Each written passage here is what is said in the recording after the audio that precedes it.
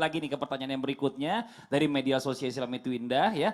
Dari Fadila Azari apa siapa nih? Apa Azara ini 13 ini? Disingkat nih. Azhar. Azhar ya. Ini bisa jadi Azhari loh ini belakangnya. Bukan, Oh yang jelas bukan. bukan suami saya.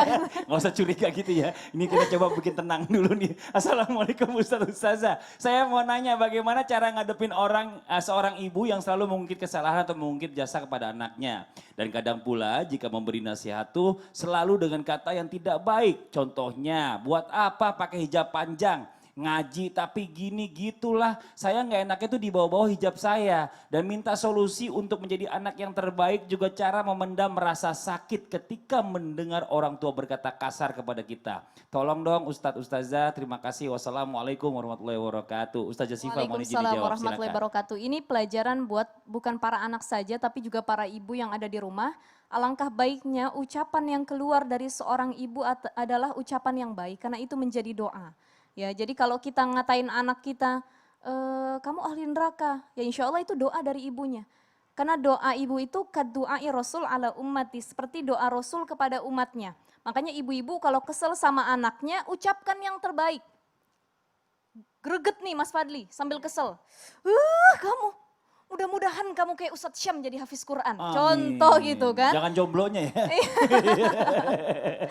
Hafiz Qurannya gitu, bisa baca Quran. Ini kan bener. contoh doa yang baik. Betul, tadi doanya harus spesifik. Seperti Ustadz Syam hafiz Qurannya pasti gitu hafiz ya. Quran kayak Ustadz Syam gitu. Atau kalau betul. misalkan ibunya fans sama Mas Fadli, ya Allah kamu nih ya gak mau katanya sholat atau ibadah. Udah kamu sholat, nanti kalau kamu sholat ibu doain kamu ganteng kayak Mas Fadli. Contoh, amin. udah kegeeran duluan ya. Saya yang enak jadi GR nih gitu.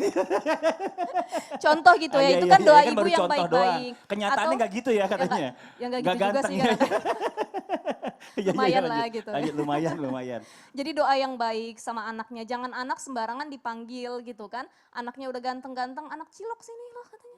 Astagfirullahaladzim. Pala lo kayak cilok contoh gitu ya.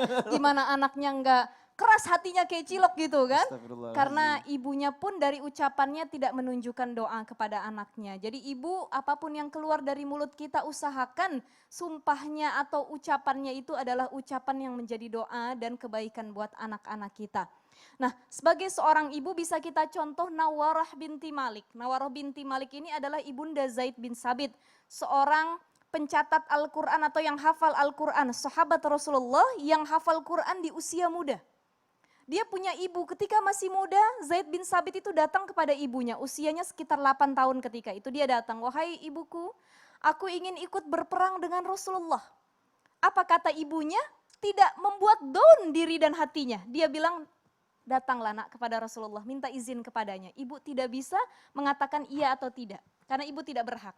Datang anaknya kepada Rasulullah, kemudian Zaid bin Sabit mengatakan, wahai Rasulullah, aku sudah bawa pedang ayahku. Aku ingin ikut berperang denganmu wahai Rasulullah. Apa kata Rasulullah? Wahai Zaid bin Sabit, umurmu atau usiamu belum sampai untuk bisa ikut berperang. Jadi kamu bisa jihad tapi dengan cara yang lain, kata Rasulullah. Balik ya nak ke rumah, kembali kepada ibumu. Pulang dia nangis Mas Fadli. Sebagai anak gitu ya. Iya. Ngambek dia kepada ibunya, tapi yang ditangisin bukan jajanan. Yang ditangisin bukan mainan, yang ditangisi bukan baju-baju mahal, tapi dia tangisi bahwa diri dia tidak bisa ikut berperang dengan Rasulullah. Apa kata ibunya? Kalau ibu-ibu zaman sekarang anaknya ada yang begitu, contoh anaknya pengen ikut demo atau ikut berantem sama orang, tawuran. Kata emaknya, lu masih kecil, megang pedang aja belum bisa katanya. Mohon maaf ya, maksudnya mandi aja masih dimandiin sama emak, udah pengen ikut ke sana kemari gitu. Jadi membuat hati down hati anaknya seperti itu. Tapi Nawarah binti Malik, ibunda Zaid tidak. Dia peluk anaknya, ini pelajaran buat para ibu. Jadi kalau anaknya nangis, punya keluhan dipeluk anaknya, usap-usap punggungnya.